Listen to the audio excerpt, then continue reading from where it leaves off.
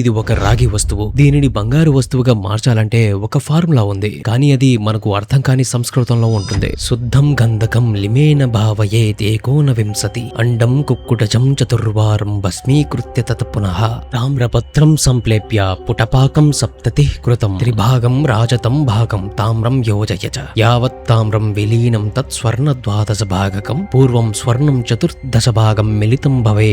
ఇది ఎగ్జాక్ట్ గా కాపర్ ని గోల్డ్ గా మార్చే ఒక ఫార్ములా. దీనిని ఎలా డీకోడ్ చేయాలో రాబోయే కొన్ని నిమిషాల్లో తెలుసుకుందాం. ప్రస్తుతం బంగారు ధరలు పైకి కిందకి మారుతూ ఉన్న ఈ సమయాల్లో ఏ మెటల్ అయినా బంగారంగా మార్చగలిగే తంత్రాలు ఉన్నాయని చదివాక నాకు చాలా ఆశ్చర్యం కలిగింది. అదేంటో తెలుసుకోవాలని, మీకు చూపించాలని, వీలైతే తయారు చేయాలని ఇంట్రెస్ట్ కలిగింది. కానీ ఇది చేయడానికి 6 నెలల తయారీ సమయం పడుతుంది. ఇప్పటికే ఎపిసోడ్లు లేట్ గా వస్తున్నాయని ఎన్నో కామెంట్లు, మెసేజ్లు వస్తూ ఉన్నాయి. అందుకే దీనిని చేయటం పక్కన పెట్టి ముందుగా నేను ఏం తెలుసుకున్నానో మీతో పంచుకోబోతున్నాను. ఈ చరాచర జీవులు, వృక్షాలు, నదులు, పర్వతాలు, సముద్రాల మధ్య బంగారాన్ని వెతికి పట్టుకోవటం ఎంత కష్టమో దాన్ని అర్థం చేసుకోవడం కూడా అంతకంటే కష్టమైనది. అలాంటిది ఒక తంత్రంతో ఏ మెటల్నైనా బంగారంగా మార్చగలరు అంటే నమ్మశక్యం కాదు. ఎందుకంటే ప్రస్తుతం సైన్స్ అది కుదరదు అని చెబుతుంది కాబట్టి. కానీ మీకు తెలుసా, chemotherapy, chemical treatments, medicines, surgeries వీటన్నిటిని మొదటిగా ఇంట్రడ్యూస్ చేసిన సుశ్రుత సంహితలోని రసశాస్త్రంలో క్లియర్ గా ఆల్కెమీ గురించి మెన్షన్ చేసి ఉన్నారు.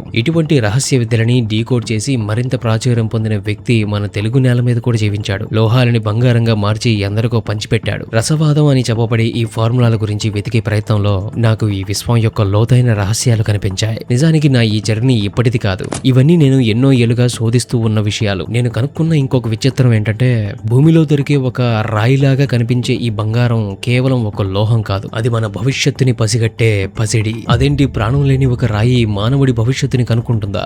అవును, మరికొన్ని నిమిషాల్లో నేను మీకు అది ఎలానో చూపించబోతున్నాను. ట్రస్ట్ మీ, మీరు స్పెండ్ చేసే ఈ 10 to 20 minutes అస్సలు వేస్ట్ అవ్వదు. అండ్ మీకు ఒకటి చెప్పడం మర్చిపోయాను. అదేంటంటే అసలు బంగారం అనేది ఈ భూమికి చెందిందే కాదు.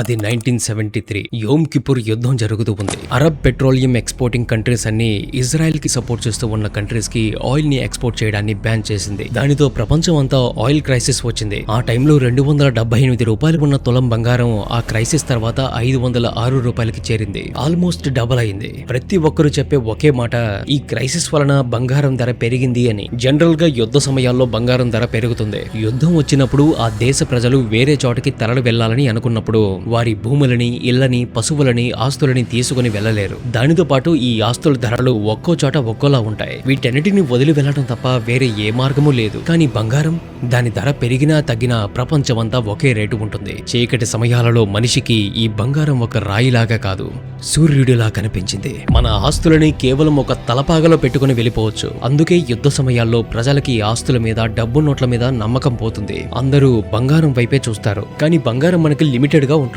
ఎక్కువ మందికి ఒకేసారి దానిపై ఆసక్తి పెరిగితే అందరికీ సరిపడే సప్లై ఉండదు కనుక ఆటోమేటిక్ గా ప్రైస్ పెరిగిపోతుంది. సో ఈ విధంగా యుద్ధం లాగా పెద్ద పెద్ద సంఘటనలు జరిగితే బంగారం ధర పెరుగుతుంది. కానీ క్షుణ్ణంగా గమనిస్తే ఈ క్రైసిస్ రావడానికి 10 నెలల ముందు నుండే బంగారం ధరలు పెరగడం ఆల్రెడీ మొదలయ్యి ఉంది. క్రైసిస్ వచ్చే సమయానికి ఆల్రెడీ 160 రూపాయల నుండి 270 వరకు చేరి ఉంది. అంటే దీని అర్థం సంక్షోభం వచ్చిన తర్వాత బంగారు ధరలు పెరగటం తగ్గటం జరగట్లేదు. బంగారు ధరల్లో మార్పులు వచ్చిన తర్వాతే సంక్షోభాలు రావటం మొదలవుతున్నాయి. అంటే దాని అర్థం ఈ సంక్షోభాలు రావడానికి ముందే బంగారు దీన్ని పసిగడుతుంది. అంతేకాదు, 2001 సెప్టెంబర్లో అమెరికాలోని ట్విన్ టవర్స్ పై అటాక్ జరిగింది. మార్కెట్స్ అన్ని కూలిపోయాయి. బంగారం పెరిగింది. ఇది జరిగింది సెప్టెంబర్లో, కానీ జనవరి నుండే బంగారం ధరలు పెరగడం మొదలయ్యి ఉంది. 2020 కోవిడ్ లాక్డౌన్ టైంలో కూడా ఇంతే. బంగారం 2019 చివరి నుండే పెరగడం మొదలయ్యి ఉంది. చివరిగా 2022 రష్యా ఉక్రెయిన్ వార్ సమయంలో కూడా ఇదే జరిగింది. యుద్ధం ఫిబ్రవరి 24న మొదలైంది. కానీ డేటాని గమనిస్తే 2021 అక్టోబర్ వరకు కూడా గోల్డ్ ప్రైసెస్ ఫ్లాట్ గా ఉంది. అక్టోబర్ నుండి పెరగడం మొదలైంది. అండ్ ఎగ్జాక్ట్ గా 4 నెలల్లో యుద్ధం మొదలైంది. అండ్ ప్రెజెంట్ 2026 ఫిబ్రవరిలో బంగారం అమాంతం ఆకాశాన్నే అంటింది. అంటే ప్రస్తుతం కూడా బంగారం దేనినో ప్రెడిక్ట్ చేస్తూ ఉంది. అదేంటి, బంగారాన్ని కొనేది మనుషులు కదా, దాని వల్లనే కదా బంగారం ధరలు పెరుగుతూ ఉంటాయి. అంటే ఒక సంఘటన జరిగే ముందు దాన్ని ప్రెడిక్ట్ చేసేది మనుషులేనా అని మీకు డౌట్ వస్తుంది. ఇది ఒక కామన్ డౌట్, అందుకే మీకు ఒకటి చూపించాలి. మీరు ఎప్పుడైనా సోలార్ ఫ్లేర్స్ గురించి విన్నారా?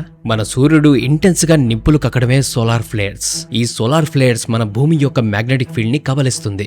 ఇలా ఇంపాక్ట్ అయిన మ్యాగ్నెటిక్ ఫీల్డ్ ని జియో మ్యాగ్నెటిక్ స్టార్మ్స్ అని అంటారు. ఈ జియో మ్యాగ్నెటిక్ స్టార్మ్స్ అనేవి జీవరాశులలో హార్ట్ బీట్ ని, బ్లడ్ ప్రెషర్ ని, స్లీప్ ప్యాటర్న్స్ ని, మూడ్స్ ని కబలిస్తుంది అని స్టడీస్ లో తేలింది. బయోలాజికల్ గా అండ్ మన నర్వస్ సిస్టమ్ లో మార్పులు జరుగుతాయని స్టడీస్ లో కన్ఫర్మ్ అయింది. ఇలా సోలార్ ఫ్లేర్స్ మరింత ఎక్కువగా సంభవించినప్పుడు దానిని సోలార్ మ్యాక్స్ అని అంటారు. అలెగ్జాండర్ షిజావ్స్కీ అనే బయోఫిజిస్ట్ ఏమని ప్రూవ్ చేశాడంటే, చరిత్రలో జరిగిన పెద్ద పెద్ద సంఘటనలో 80% అంటే యుద్ధాలు, వలస వెళ్లటం, పాలించడం, మార్పులు జరగటం ఇవన్నీ సోలార్ మ్యాక్స్ సమయంలోనే జరిగాయని ప్రూవ్ చేశాడు. అండ్ ప్రస్తుతం మోడర్న్ సైన్స్ కూడా దీనిని అప్రూవ్ చేస్తూ ఉంది. ఈ సోలార్ మ్యాక్స్ వలన యుద్ధాలు జరగటం, మనిషి ఆలోచనల్లో, ప్రవర్తనలో మార్పులు రావటం, పవర్ అండ్ ఎలక్ట్రికల్ సిస్టమ్స్ మీద, జియో పాలిటిక్స్ మీద, స్టాక్ మార్కెట్స్ మీద కూడా ప్రభావం ఉంటుందని చెప్పారు. ఒక పెద్ద సోలార్ స్టార్మ్ వస్తే అది గడిచే 5 సంవత్సరాలలో $1.2 ట్రిలియన్ నుండి $9.1 ట్రిలియన్ వరకు నష్టాలని చేకూరుస్తుందని డేటా చెబుతూ ఉంది. గుర్తుపెట్టుకోండి, ఇక్కడ ఇదంతా మ్యాగ్నెటిక్. చిన్నప్పుడు మనం చదివే ఉంటాం, ఎక్కడైతే ఎలక్ట్రికల్ ఫీల్డ్ ఉంటుందో అక్కడ మ్యాగ్నెటిక్ ఫీల్డ్ కూడా ఖచ్చితంగా ఉంటుంది అని. అండ్ ఎక్కడైతే మ్యాగ్నెటిక్ ఫీల్డ్ ఉంటుందో అక్కడ ఖచ్చితంగా ఎలక్ట్రికల్ ఫీల్డ్ కూడా ఉంటుంది అని. అంటే దాని అర్థం ఈ భూమికున్న మ్యాగ్నెటిక్ ఫీల్డ్ కూడా ఏదో ఒక ఎలక్ట్రికల్ సోర్స్ నుండే వస్తూ ఉండాలి. దీని గురించి మరింతగా వెతికాక నాకు మైకెల్ స్టెయిన్బాకర్ అనే జియోఫిజిస్ట్ వేసిన ఒక మ్యాప్ దొరికింది. అందులో అతను ఈ భూమి లోపల ప్రవహించే విద్యుత్ ప్రవాహాలని ఒక మ్యాప్ రూపంలో గీశారు. దానితో పాటు అతను ఈ భూమిలో గోల్డ్ డిపాజిట్స్ ఎక్కడెక్కడ ఉన్నాయని కూడా మ్యాప్ గీశారు. ఆ రెండింటిని పక్క పక్కన పెట్టి చూస్తే అవి రెండు ఒకేలా ఉన్నాయి.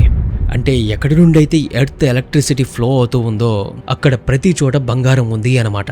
ఆర్ మేబీ ఎక్కడైతే బంగారం ఉంటుందో అక్కడ ఎలక్ట్రిసిటీ ఉంటుంది.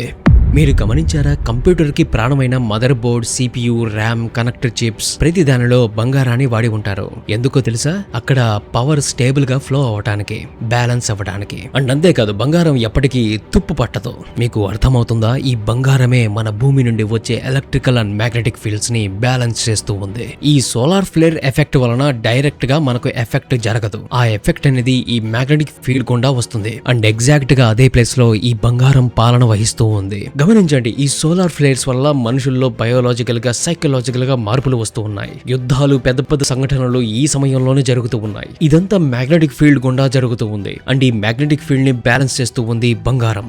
అంటే ఒక పెద్ద సందర్భం లేదా సంఘటన మన దాకా రాకముందే అది బంగారాన్ని దాటి వెళుతుంది. అందుకే దానికి భవిష్యత్తు తెలుస్తూ ఉంది. బంగారం గుండా వెళ్ళినంత మాత్రాన దానికి ఎలా తెలుస్తుంది? దానికి కాన్షియస్నెస్ లేదు కదా. ఇది తెలియాలంటే అసలు బంగారం ఎలా పుట్టిందో మీకు తెలియాలి. మొదట్లో అంతా శూన్యంగా ఉండేది.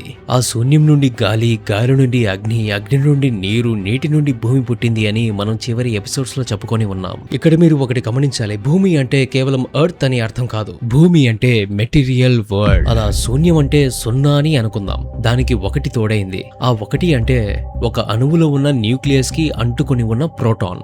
దీనిని మనం హైడ్రోజన్ అని అంటాం.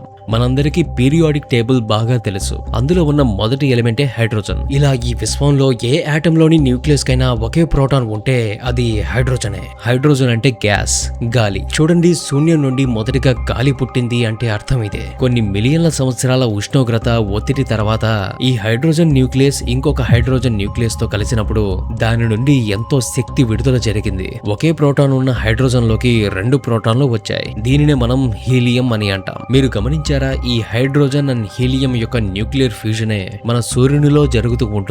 అది ఎంతో శక్తిని విడుదల చేస్తూ ఉంటుంది. A self running engine. ఇలా గాలి నుండి అగ్ని పుట్టింది అనడానికి సాక్ష్యం ఇదే. పీరియాడిక్ టేబుల్లో కనిపించేవి కేవలం ఎలిమెంట్స్ మాత్రమే కావు, అది సృష్టి ఎలా మొదలైందో చెప్పే రహస్యం. ఇలా ఒక ఎలిమెంట్ ఇంకొక ఎలిమెంట్ తో ఫ్యూజన్ జరిగి ఇంకొక కొత్త రూపాన్ని పొందుతూ వచ్చింది. కొత్త రూపాన్ని పొందిన ప్రతిసారి విపరీతమైన శక్తి విడుదల జరుగుతూ వచ్చింది. ఈ సృష్టి మొత్తం ఈ శక్తి యొక్క స్వరూపాలే. ఈ విశ్వం ఒక శక్తి స్వరూపమే. ఇలా మనం చూసే పంచభూతములు, గ్రహాలు, నక్షత్రాలు, పాలపుంతలు అన్నీ ఇలా ఎలిమెంటల్ ఫ్యూజన్ జరుగుతూనే ఉద్భవించాయి. మరి మనం కూడా అలానే ఉద్భవించాం. మనం మనం కూడా నక్షత్రాల యొక్క భాగాలమే. ఇవన్నీ ఎలిమెంట్స్ యొక్క రూపాలు. ఎలిమెంట్స్ యొక్క ఫ్యూజన్ జరగడం అనేది ఏదో ల్యాబ్ లో జరిగేది మాత్రమే కాదు, ఇది మన సృష్టి యొక్క ఎవల్యూషన్. మరైతే పీరియాడిక్ టేబుల్ లో ఐరన్, ప్లాటినం, గోల్డ్ అన్ని ఉన్నాయి కదా, మరి అవి మనలో కూడా ఉంటాయా అంటే ఎస్, మన రక్తంలో ఐరన్ ఉంది, ప్రతి అణువుల్లో ఆక్సిజన్ ఉంది, ప్రతి అవయవం కార్బన్ తో తయారై ఉంటుంది, పొటాషియం, కాల్షియం, నైట్రోజన్ అన్ని ఉంటాయి, ఆఖరికి 2 మిల్లీగ్రాముల గోల్డ్ కూడా ఉంటుంది. We are nothing but a star dust. అంతా బాగానే ఉంది అనుకుంటూ ఉన్న ఈ కథలో ఒక మాయాజాలం కనిపించింది. మనం గమనిస్తే ఇలా ఒక ఎలిమెంట్ కి ఇంకొక ప్రోటాన్ యాడ్ అయితే అది నెక్స్ట్ ఎలిమెంట్ అవుతుంది. ప్రతి కొత్త ఎలిమెంట్ పుట్టే టైంలో ఎనర్జీ రిలీజ్ అవుతుంది. అలా మీరు ఐరన్ ని గమనించండి, దాని నంబర్ 26, అంటే 26 ప్రోటాన్లు ఉంటాయి. కానీ ఐరన్ యొక్క న్యూక్లియస్ అనేది ఈ విశ్వంలోనే అత్యంత స్థిరమైన nucleus, the most stable nucleus. ఇది ఇంకొక దానితో ఫ్యూజన్ కనుక జరిగితే ఎంత శక్తినైతే విడుదల చేస్తుందో అంతకంటే ఎక్కువ శక్తిని ఇది పీల్చేసుకుంటుంది. ఒక కొండపై నుండి ఒక చక్రాన్ని దొర్లిస్తే అది ఫ్లో ద్వారా శక్తిని రిలీజ్ చేస్తుంది. అదే పైకి పంపించాలంటే శక్తిని ఖర్చు పెడుతుంది, ఎక్స్టర్నల్ ఫోర్స్ అవసరం పడుతుంది. ఇక్కడ ఐరన్ ఫ్యూజన్ లో కూడా శక్తిని ఎంత విడుదల చేస్తుందో అంతకంటే ఎక్కువ శక్తిని ఇది పీల్చేసుకుంటుంది. తద్వారా శక్తిని కోల్పోతుంది. శక్తి కోల్పోతే ఇంకొక ఎలిమెంట్ పుట్టదు. ఒక నక్షత్రం తన కోర్లో ఐరన్ ని ఎప్పుడైతే ఫ్యూజన్ చేస్తుందో అది తన చావుని కొని తెచ్చుకున్నట్టే. ఎప్పుడైతే ఐరన్ ఫ్యూజన్ జరుగుతుందో మొత్తం రివర్స్ అయిపోతుంది. ఒక సెకనులోని 100వ వంతులో ఆ నక్షత్రం తన లోపలికి తాను కూలిపోతుంది, తరువాత ఒక్కసారిగా పేలిపోతుంది. దీనినే సూపర్ నోవా అని అంటారు. అంటే ప్రకృతి ధర్మాల ప్రకారంగా ఐరన్ తర్వాత ఫ్యూజన్ జరగటం అనేది ముమ్మాటికి కుదరని పని. మరైతే 79 ప్రోటాన్లు కలిగిన బంగారం ఎటువంటి ఫ్యూజన్ జరగకుండా ఎలా పుట్టింది? బంగారం, వెండి, ప్లాటినం, యురేనియం వంటి బరువైన లోహాలు పుట్టాలంటే న్యూట్రాన్ క్యాప్చర్ అనే ఒక ప్రక్రియ జరగాలి. ఎప్పుడైతే ఒక నక్షత్రం ఇలా ముందుకు వెళ్లే ప్రక్రియలో తన శక్తిని తానే కోల్పోయి ఒక్కసారిగా పేలిపోతుందో అప్పుడు జస్ట్ కొన్ని నిమిషాల వ్యవధిలో అసంఖ్యాకమైన న్యూట్రాన్లు విడుదలవుతాయి. ఐరన్ అణువులు ఈ న్యూట్రాన్లని చాలా వేగంగా తమలో కలుపుకుంటాయి. ఎంత వేగంగా అంటే ఈ అణువు విడిపోయి శక్తిని కోల్పోయే లోపలే ఇంకొక న్యూట్రాన్ వచ్చి యాడ్ అయిపోతుంది. ఇది కాలం చేసిన ఒక అద్భుత ప్రదర్శన. శక్తి కోల్పోతుందని తెలుసు, కానీ సమయాన్ని వేగవంతం చేసి శక్తి కోల్పోయే లోపలే సృష్టి ముందుకి కదిలింది. ఈ ప్రాసెస్ లోనే బంగారం, ప్లాటినం, యురేనియం వంటి భారీ లోహాలు సెకండ్ల వ్యవధిలో తయారయ్యాయి. ఇదే ఆ మాయాజాలం. మనం ధరించే బంగారం మొత్తం ఇలా పుట్టిందే. దీనినే ఆర్ ప్రాసెస్ అని అంటారు, ర్యాపిడ్ న్యూట్రాన్ క్యాప్చర్ ప్రాసెస్. కానీ ఇంకొక ప్రాసెస్ కూడా జరిగింది, the S process, slow neutron capture. ఇది ఒక చనిపోతూ ఉన్న సాధారణ స్టార్స్ లో వేల సంవత్సరాల పాటు నెమ్మదిగా జరుగుతుంది. దీని ద్వారా కాపర్, లెడ్, బిస్మత్ వంటి లోహాలు తయారవుతాయి. ఆగస్టు 17, 2017 అమెరికాలోని లూసియానా మరియు వాషింగ్టన్ లోని డిటెక్టర్లు ఒక వింత సిగ్నల్ ని పట్టుకున్నాయి. వెంటనే ప్రపంచ వ్యాప్తంగా ఉన్న అన్ని టెలిస్కోప్లు దాని వైపే ఫోకస్ చేశాయి. 13 కోట్ల లైట్ ఇయర్స్ దూరంలో NGC 4993 అనే గెలాక్సీలో ఒక అద్భుతం జరుగుతూ ఉంది. అక్కడ 2 న్యూట్రాన్ స్టార్లు ఒకదానితో ఒకటి ఢీ కొట్టబోతున్నాయి. ఒక నక్షత్రంలో ఫ్యూయల్ అయిపోయినప్పుడు దాని కోర్ నాశనం అయ్యి ఎలక్ట్రాన్స్, ప్రోటాన్స్ అన్ని న్యూట్రాన్ లోపలికి కలిసిపోయేలా ఫోర్స్ పుడుతుంది. దాని వెడల్పు కేవలం 20 కిలోమీటర్లు మాత్రమే ఉంటుంది, కానీ దాని బరువు సూర్యుని కంటే రెట్టింపు ఉంటుంది. అంటే ఆ స్టార్ లో ఉన్న పదార్థాన్ని ఒక స్పూన్ లోకి తీసుకుంటే ఆ స్పూన్ బరువు 10 బిలియన్ల టన్నులు ఉంటుంది. అప్పుడు ఆ స్టార్ నే న్యూట్రాన్ స్టార్ అని అంటారు. అలాంటి 2 న్యూట్రాన్ స్టార్లు సెకనికి 400 సార్లు ఒకదాని చుట్టూ ఒకటి తిరుగుతూ వచ్చి ఢీ కొట్టాయి. ఆ తాకిడికి విశ్వంలో ఉన్న అన్ని నక్షత్రాల శక్తి కలిస్తే ఎంత ఉంటుందో అంతటి శక్తి ఒక్క సెకండ్ లో విడుదల జరిగింది. దీనినే కిలో నోవా అని అంటారు. ఆ ఒక్క ప్రమాదంలో మన భూమి బరువుకి 10 రెట్లు సమానం బరువు ఉన్న బంగారం పుట్టింది. అంతరిక్షంలోకి జస్ట్ అలా విసిరివేయబడింది. ఇలా సృష్టి యొక్క ఎవల్యూషన్ లో భాగమైన ఒక నక్షత్రం యొక్క అంతం నుండి విధిరాతని, కాలాన్ని శాసించి ఆవిర్భవించినదే బంగారం. ప్రస్తుతం మనం ఉంటూ ఉన్న ఈ భూమి, సూర్యుడు, గ్రహాలు, ఆఖరికి మనం ఈ ఎలిమెంట్ల సమూహమే కదా. మనకి కాన్షియస్నెస్ ఉంది అంటే వాటికి ఉండక తప్పదు. ఇలా ప్రతి మెటల్ కి ఉంటుందా అంటే ఎస్ ఉంటుంది. కానీ బంగారానికి ఎన్నో ప్రత్యేకతలు ఉన్నాయి. వాటిని చెప్పుకోవాలంటే మనం ఇంకో ఎపిసోడ్ ఖచ్చితంగా చేయాలి. బంగారం చాలా ప్రత్యేకమైనది. అందుకే మొదటిసారి మానవుడు దానిని చూసినప్పుడు ఏదో తెలియని ఒక స్పర్శ, ఒక రహస్యం, ఒక తేజస్సు అందులో కనిపించింది. కాలక్రమేణా ఈ బంగారం వలనే మానవుడు ఎన్నో చీకటి రోజులని చూడాల్సి వచ్చింది. ఎన్నో యుద్ధాలు చేయాల్సి వచ్చింది. కాలాన్నే శాసించే ఈ బంగారం ఈనాటిది కాదు. దీన్ని సృష్టించడం ఎవరి తరమూ కాదు. కానీ మానవుడు ఈ గీతని చెరిపేయాలని తలిచాడు. అసలు సృష్టిలో ఒక పదార్థం ఐరన్ గానో కాపర్ గానో బంగారం గానో ఎందుకుంటుంది? దానికి ఒకే కారణం దాని న్యూక్లియస్ లో ఉండే ప్రోటాన్ల సంఖ్య. ఐరన్ యొక్క అటామిక్ నంబర్ 26. అంటే అందులో 26 ప్రోటాన్లు ఉంటాయి. దానిలో నుంచి ఒక ప్రోటాన్ని తీసేస్తే అది 25 ప్రోటాన్లు గల మ్యాంగనీస్ గా మారుతుంది. అదే దానికి ఇంకో 3 ప్రోటాన్లని యాడ్ చేస్తే అది కాపర్ గా మారుతుంది. అంటే ఆ ప్రోటాన్ల సంఖ్యను మార్చగలిగితే మీరు తుప్పు పట్టిన ఇనుమును కూడా బంగారంగా మార్చొచ్చు. దీన్ని నిరూపించడానికి 1980లో గ్లెన్ సేబోర్గ్ అనే ఒక నోబెల్ విన్నర్ ఒక సాహసం చేశాడు. ఆయన బిస్మత్ అనే లోహాన్ని తీసుకున్నాడు. దాని అటామిక్ నంబర్ 83. దాన్ని ఒక న్యూక్లియర్ రియాక్టర్ లో పెట్టి విపరీతమైన శక్తితో వేరే పార్టికల్స్ తో ఢీకొట్టించి ఆ బిస్మత్ లో నుంచి బలవంతంగా 4 ప్రోటాన్లని వెడగొట్టాడు. ఇక మిగిలింది 79 ప్రోటాన్లు. అంటే సాక్షాత్తు బంగారమే. సైన్స్ ప్రకారంగా మొట్టమొదటిసారిగా మనిషి ఒక లోహాన్ని బంగారంగా మార్చాడు. ఆల్కెమీ అనేది కథ కాదు, నిజమని తేలింది. మరి ఆ టెక్నాలజీని వాడి మనం ఇప్పుడు బంగారాన్ని ఎందుకు తయారు చేయట్లేదు? అతనికి ఆ పద్ధతిలో కేవలం 1 ఔన్స్ బంగారాన్ని తయారు చేయడానికి అయిన ఖర్చు 270 కోట్లు. కానీ ప్రస్తుతం మార్కెట్లో 1 ఔన్స్ బంగారం రేటు కొన్ని లక్షల రూపాయలు మాత్రమే. అంటే 270 కోట్లు ఖర్చు పెడితే మన చేతికి వచ్చేది బూడిద మాత్రమే. కానీ ఇది నాకు అంత ఆశ్చర్యం కలిగించలేదు. ఎందుకంటే వీళ్ళకి న్యూక్లియర్ రియాక్టర్ కావాల్సి వచ్చింది. కానీ వేల సంవత్సరాల క్రితం మన భారతీయులు ఇంతకంటే తెలివైన పద్ధతిని ఎంచుకున్నారు. వాళ్ళు బిస్మత్ జోలికి వెళ్ళలేదు. వాళ్ళు ఎంచుకున్నది మెర్క్యూరీ. పాదరసం యొక్క అటామిక్ నంబర్ 80, బంగారం అటామిక్ నంబర్ 79. కేవలం ఒకే ఒక ప్రోటాన్ని తీసేయగలిగితే మన కళ్ళ ముందు బంగారం మెరుస్తుంది. పైగా ఖర్చు తక్కువ. మరి మన సిద్ధులు ఆ ఒక్క ప్రోటాన్ని ఎలా తీశారు? వాళ్ళు ఎటువంటి పెద్ద పెద్ద మెషినరీని వాడలేదు. వాళ్ళు వాడింది క్వాంటమ్ సైన్స్. ఒక అణువుని విడగొట్టడానికి వాళ్ళు వాడింది సౌండ్ మరియు కెమిస్ట్రీ. ఒక ఆటమ్ లోని ప్రాపర్టీస్ ని కేవలం వైబ్రేషన్ ద్వారా మార్చొచ్చు అని వాళ్ళకి బాగా తెలుసు. భారతీయ విజ్ఞానం అంటే అందరికి వెంటనే గుర్తొచ్చేది ఆర్యభట్ట కనిపెట్టిన సున్నా లేక ఆస్ట్రాలాజికల్ సైన్స్ మాత్రమే. కానీ ప్రపంచానికి తెలియని, ఎందుకో మన చరిత్రకారులు దాచిపెట్టిన అసలైన అద్భుతం మరొకటి ఉంది. అదే ఆల్కెమీ అండ్ మెటలర్జీ. నిజం చెప్పాలంటే ఈ విద్య మన భారతీయులకు తెలిసినంత బాగా ప్రపంచంలో ఎవరికీ తెలియదు. దీనికి ఆద్యుడు 84 మంది మహాసిద్ధులలో ఒకరు. రసాయన శాస్త్రంలో మెటలర్జీలో ఆరితేరిన మహర్షి. ఆయన కేవలం ఋషి మాత్రమే కాదు, మనుషులకి కెమికల్ ట్రీట్మెంట్ ద్వారా త్వరగా వ్యాధి నయం చేసే విధానాన్ని కనుక్కున్న వైద్యుడు. పాదరసంతో అద్భుతాలు సృష్టించిన మాంత్రికుడు. చావు చివరి దశలో ఉన్న పేషెంట్లకు ఆయుష్ను పెంచే ట్రీట్మెంట్ ని కనుగొనడమే కాదు, తాను స్వయంగా 600 సంవత్సరాలు బ్రతికాడని బౌద్ధ పుస్తకాలు చెబుతూ ఉన్నాయి.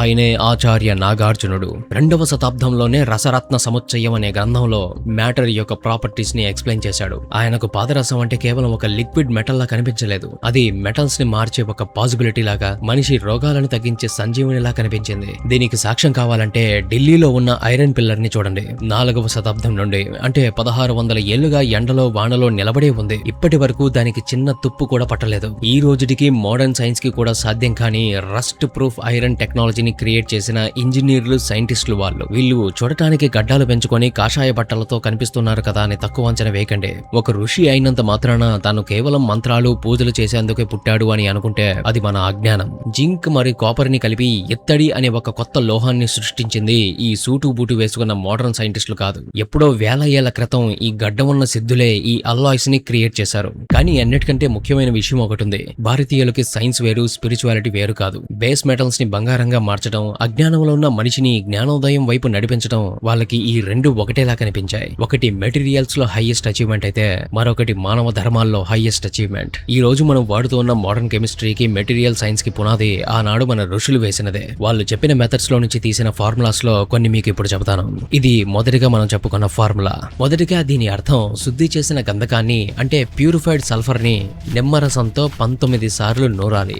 తర్వాత దానికి కోడిగుడ్డులోని ద్రవాన్ని కలిపి 4 సార్లు మర్దన చేసి దాన్ని మంటలో పెట్టి భస్మంగా మార్చాలి. ఇలా ఒక దాన్ని భస్మంగా మార్చడానికి కూడా ఒక స్పెషల్ ప్రాసెస్ ఉంది. ఆ భస్మాన్ని పలుచటి రాగి రేకులకు లేపనంగా పూసి గాలి చొరబడకుండా మట్టి మూసలో పెట్టి 70 సార్లు పుటపాకం చేయాలి. పుటపాకం అంటే ఒక సర్టన్ డిగ్రీస్ లో హీట్ చేయడం. దీనికి కూడా ఒక ప్రాసెస్ ఉంది. ఇప్పుడు ఈ ప్రాసెస్ చేసిన రాగికి 3 భాగాలు వెండి కలిపి కరిగించాలి. ఆ వెండిలో రాగి పూర్తిగా కరిగిపోయి మాయమయ్యేంత వరకు వేడి చేయాలి. అప్పుడది 12 వన్నెల బంగారంగా మారుతుంది. ఇక్కడ ఒక వన్నె అంటే 1.5 క్యారెట్ అని అర్థం. 12 వన్నెల బంగారం అంటే 18 క్యారెట్ గోల్డ్ అని అర్థం. కానీ ఇక్కడే నాగార్జునుడు ఒక అద్భుతమైన సైన్స్ ని దాచాడు. శ్లోకం చివరి లైన్ లో పూర్వం స్వర్ణం చతుర్దశ భాగం మిళితం భవేత్ అని ఉంది. దీన్నే ఆల్కెమీ భాషలో బీజ స్వర్ణం అని అంటారు. మీరు తయారు చేసిన ఆ 12 వన్నెల బంగారానికి ఇంకా పూర్తిగా బంగారంలా ఎలా అవ్వాలో తెలియదు. దాని అణువుల నిర్మాణం ఇంకా అస్థిరంగానే ఉంటుంది. అందుకే దానికి ఒక 14 భాగాల అసలైన బంగారాన్ని కలపాలి. దీన్ని సీడ్ గోల్డ్ అని అంటారు. మీరు 10 గ్రాములు ఈ పద్ధతిలో చేసిన బంగారానికి 14 రెట్లు రెట్లు అంటే 140 గ్రాములు సీడ్ బంగారాన్ని కలపాలి. అప్పుడు మీ దగ్గర 150 గ్రాముల స్వచ్ఛమైన బంగారం తయారవుతుంది. ఓవరాల్ గా మీరు 10 గ్రాముల 24 క్యారెట్స్ గోల్డ్ ని తయారు చేసినట్టే. మీరు ఇదే రేషియోతో ఎంత బంగారాన్నైనా తయారు చేయొచ్చు. ఇది ఒక నీటి చుక్కను సముద్రంలో కలిపి దాన్ని కూడా సముద్రంగా మార్చడం లాంటిది. అంత బాగానే ఉంది, ఫార్ములా కూడా ఉంది. మరి అందరూ దీన్ని ఎందుకు చేయట్లేదు? దానితో కావలసినంత బంగారం చేసుకోవచ్చు కదా అని మీకు డౌట్ రావచ్చు. ఇక్కడే ఒక పెద్ద రహస్యం ఉంది. మనం మ్యాథమెటిక్స్ లో ఒక నంబర్ ని రాసినప్పుడు దాన్ని ఏ వరుసలో ఉపయోగిస్తాం? ఎడమ నుండి కుడికి రాస్తాం. కానీ దాని విలువని ఎలా లెక్కిస్తాం? కుడి నుండి ఎడమ వైపుకి, అంటే యూనిట్స్ నుండి మొదలు పెడతాం. మీరు బాగా గమనిస్తే సంస్కృతంలో కూడా ఇదే నంబర్ సిస్టమ్ ని వాడతారు. ఉదాహరణకు 14 అనే పదం తీసుకోండి. 1 and 4 అని రాస్తాం. కానీ సంస్కృతంలో దీన్ని ఎలా చదువుతారో తెలుసా? రివర్స్ లో. చతుర్దశి అంటే 4 మరియు 10, చతుర్షష్ఠి అంటే 4 మరియు 60, ద్వాదశి అంటే 2 మరియు 10. ఈ నంబర్ సిస్టమ్ మనకు ఏనాడో తెలుసు, కానీ మధ్యలో మనం మర్చిపోయాం. ఇదే లాజిక్ ని ఇందాక మనం చెప్పుకున్న నాగార్జునుడి ఫార్ములాకి అప్లై చేయండి. అక్కడ ఏకోన వింశతి అని ఉంది. చాలా మంది దీన్ని 91 అనుకుంటారు లేదా 21 అనుకుంటారు. కానీ సంస్కృత పద్ధతిలో విడదీస్తే ఏక అంటే 1, ఊనా అంటే తక్కువ, వింశతి అంటే 20. 1 తక్కువ 20 అంటే 19. ఖచ్చితంగా 19 సార్లు మాత్రమే చేయాలి. అలాగే చతుర్వారం. ఆధునిక తెలుగులో మనం వారం అంటే 7 రోజులు అని చెప్పుకుంటాం. కానీ ఆయుర్వేదం మరియు రసశాస్త్ర గ్రంథాల్లో ఏదైనా ఒక ప్రక్రియను ఎన్నిసార్లు చేయాలో చెప్పడానికి వారం అనే పదాన్ని వాడతారు. ఏకవారం అంటే ఒకసారి, ద్వివారం అంటే 2 సార్లు. సో చతుర్వారం అంటే 4 వారాలు కాదు, 4 సార్లు. ఈ విధంగా విషయం మన కళ్ళ ముందే ఉన్నా దాన్ని మోడర్న్ మైండ్ సెట్ తో చూసి 4 వారాల పాటు వెయిట్ చేసి టైమింగ్ మిస్ అయ్యి ఫలితం రాక ఇదంతా అబద్ధం అని అనుకుంటాం. ఈ విధంగా ఒక దాని అర్థం పూర్తిగా తెలియక సాధించలేకపోతున్నారు. మరైతే ఇప్పుడు అర్థం తెలిసింది కదా. ఇప్పుడు మనం చేయగలమా అంటే ఎస్, చేయగలం. కానీ మనకు తెలియాల్సింది ప్రపోర్షన్స్. ఎంత మోతాదులో ఆ పదార్థాలని వాడాలి అన్న విషయం. శుద్ధం గంధకం ఎంత మోతాదులో వాడాలో తెలియకపోతే అది ఫెయిల్ అవ్వటమే కాక భయంకరమైన విషవాయువులు వచ్చే ప్రమాదం ఉంది. ఇది పుస్తకాల్లో డైరెక్ట్ గా రాయలేదు. ఇది కేవలం గురు పరంపరలో ఉన్న వాళ్ళకి తెలుస్తుంది. అటువంటి పరంపరలో మనకు బాగా తెలిసిన తెలుగు వ్యక్తి ఒకరున్నారు. అతడికి పరిచయం అవసరం లేదు.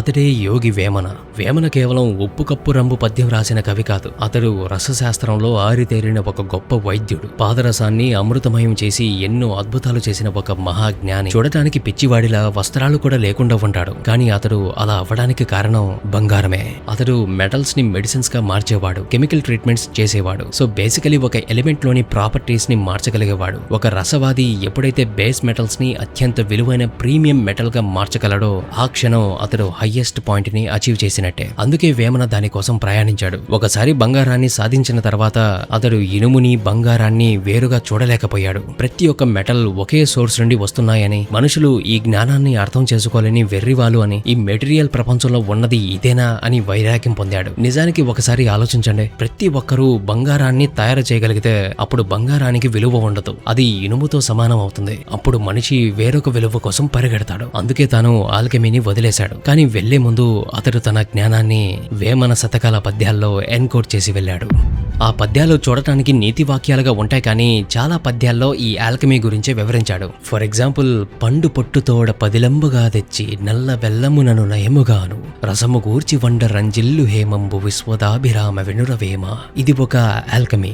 ఒక పండు యొక్క పొట్టుని జాగ్రత్తగా తీసుకుని వచ్చి దానికి నల్ల బెల్లమును కలపాలి. ఇందులో ఐరన్ అండ్ కార్బన్ ప్రాపర్టీస్ ఉంటాయి. రసము గూర్చి అంటే పాదరసముతో కలిపి ఉండలుగా చేసి పుటపాకం చేయాలి. అప్పుడు ఆ పాదరసం స్టెబిలైజ్ అయ్యి అందులో నుండి ఒక ప్రోటాన్ విడిపోయి బంగారంగా మారుతుంది. కానీ వేమన ఎంత బ్రిలియంట్ అంటే ఇక్కడ పండు పొట్టు అని చెప్పాడు, కానీ ఏ పండో చెప్పలేదు. నేను ఒక గురువుని కలిశాను. అతన్ని అడిగితే అది వేప పండు అని చెప్పాడు. ఎందుకంటే కేవలం వేప పండులోనే మెర్క్యూరీని కట్టడి చేయగలిగే స్పెషల్ ఆల్కలాయిడ్స్ ఉంటాయని చెప్పాడు. అమేజింగ్. ఇటువంటి విషయాలు ఒక నిజమైన రసవాదికి మాత్రమే అర్థమవుతాయి. ఇదే విధంగా వేమన కొన్ని పద్యాల్లో పదార్థాల గురించి, 100 పద్యాల తర్వాత మరికొన్ని పద్యాల్లో టైమింగ్స్ గురించి, మరో 100 పద్యాల తర్వాత ప్రపోర్షన్స్ గురించి ఎన్కోడ్ చేసి ఉన్నాడు. అండ్ దానితో పాటు వాటిని కూడా డైరెక్ట్ గా చెప్పకుండా సంధ్యా భాష అనే ఒక టెక్నిక్ ని యూజ్ చేశాడు. ఫర్ ఎగ్జాంపుల్, 6 అనే రేషియోని డైరెక్ట్ గా చెప్పకుండా ఋతువులు అని చెప్పి ఉంటాడు. మరొక పద్యంలో ఇలా ఉంది: ఉప్పు కర్పూరమునొక గదిలోపల చేర్చి రాగి రేకు చెరగబూసి పుటము పెట్ట రాగి పొలపగు బంగారు విశ్వదాభిరామ వెనురవేమ.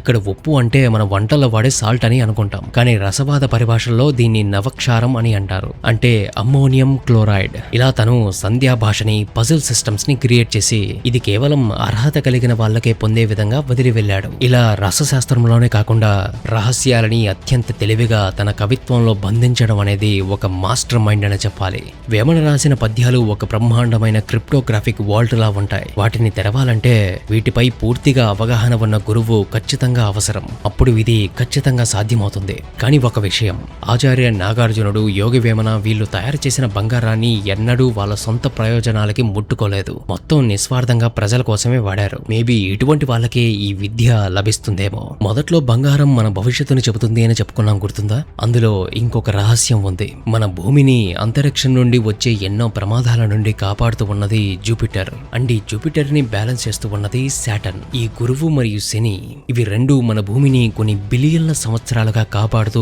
బ్యాలెన్స్ చేస్తూ ఉన్నాయి. ఈ గ్రహాలు, నక్షత్రాలు అన్ని ఎలిమెంట్స్ అని చెప్పుకున్నాం కదా. అలా ఆస్ట్రాలజీ ప్రకారం జూపిటర్ కి బాగా కనెక్ట్ అయి ఉన్న మెటల్ గోల్డ్ అండ్ సాటర్న్ కి కనెక్ట్ అయి ఉన్న మెటల్ ఐరన్. ఒకసారి బాగా ఆలోచించండి, మన భూమి యొక్క కోర్ లో కూడా ఇవే ఉన్నాయి, ఐరన్ అండ్ గోల్డ్. ఒకటి శక్తినిస్తుంది, మరొకటి బ్యాలెన్స్ చేస్తుంది. అచ్చం అంతరిక్షంలో ఎలాగో అలాగే గ్రహాలు అక్కడున్న శాటిలైట్స్ అయితే ఇక్కడున్న మెటల్స్ వాటి సిగ్నల్స్ ని రిసీవ్ చేసుకునే రిసీవర్స్ లా పనిచేస్తున్నాయి. అంటే గ్రహాల కదలికలతో మన భవిష్యత్తు కూడా నిర్మాణం జరుగుతూ ఉంది. అందుకే మనుషులు మెటల్స్ ని ధరిస్తారు, ఏదో రిసీవ్ చేసుకోవడానికి ఆర్ మేబీ బ్యాలెన్స్ అవ్వడానికి. మరైతే ఆల్కెమీ ప్రస్తుతం అంతరించిపోయినట్టేనా అని అడిగితే లేదు, అది ఇంకా మన మధ్య దాగి ఉంది.